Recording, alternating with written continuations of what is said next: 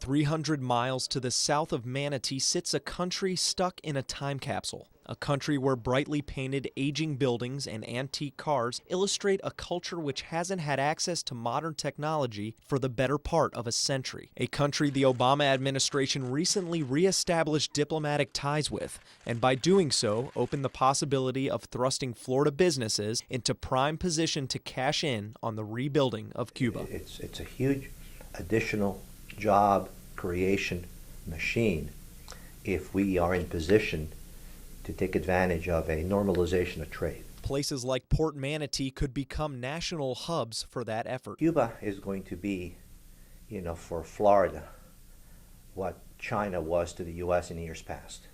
It's a China-sized opportunity. Across from the larger and older Port Tampa Bay, Port Manatee has several advantages of its own. Recently completed projects to widen and deepen their berths allow for more commercial ship traffic. They have 1 million square feet of public warehouses, and 5 of those warehouses are refrigerated to handle shipments of fruit and other food. It's very unusual to find these large warehouses, both for refrigerated products and for dry goods, to be this large, this close to the water. I mean, that's something that you can't really, underestimate. An additional 5,000 acres nearby makes Port Manatee a prime location for anyone hoping to set up permanent business in Cuba. But Manatee's biggest bargaining chip? Location, location, location. There's a 2-hour sailing difference from Port Manatee to Port Tampa Bay. Potential savings on time and expensive ship fuel make Port Manatee an attractive West Coast destination, especially to ferry services ports statewide have been pursuing for months. They get to Cuba 2 hours faster, and they can come back here 2 hours faster.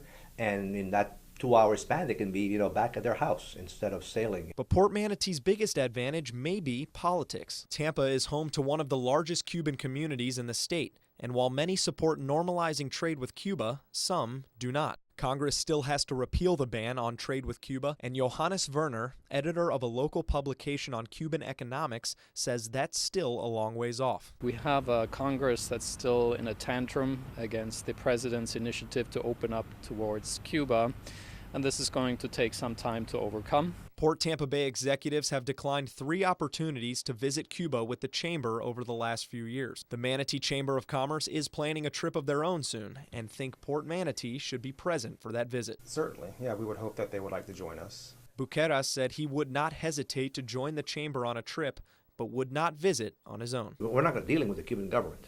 We're going to deal, with a shipping line that deals with someone in Cuba. There's also concern the Bay itself is failing to get Cuba's attention.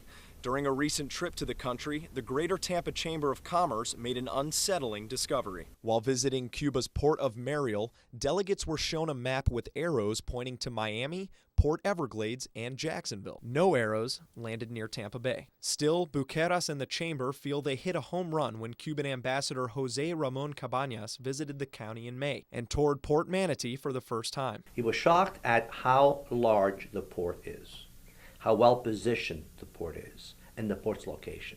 The chamber will soon host a workshop themed How to Trade with Cuba to educate local businesses on their opportunities in Cuba. Johannes Werner says Manatee entrepreneurs would be wise to pay attention. You cannot be overzealous at this point. If this is the first time you've ever heard or you're interested in the Cuban market, you're late. Manatee's Port Authority Board has been warned to exercise caution when preparing for Cuba, according to member Betsy Banak. We have to go slow because this is a communist country. Things aren't going to change overnight, and you have to be careful about, what information you rely on. Buqueras promises Port Manatee won't put too much investment in Cuba early, but if that embargo is lifted, we are ready to go.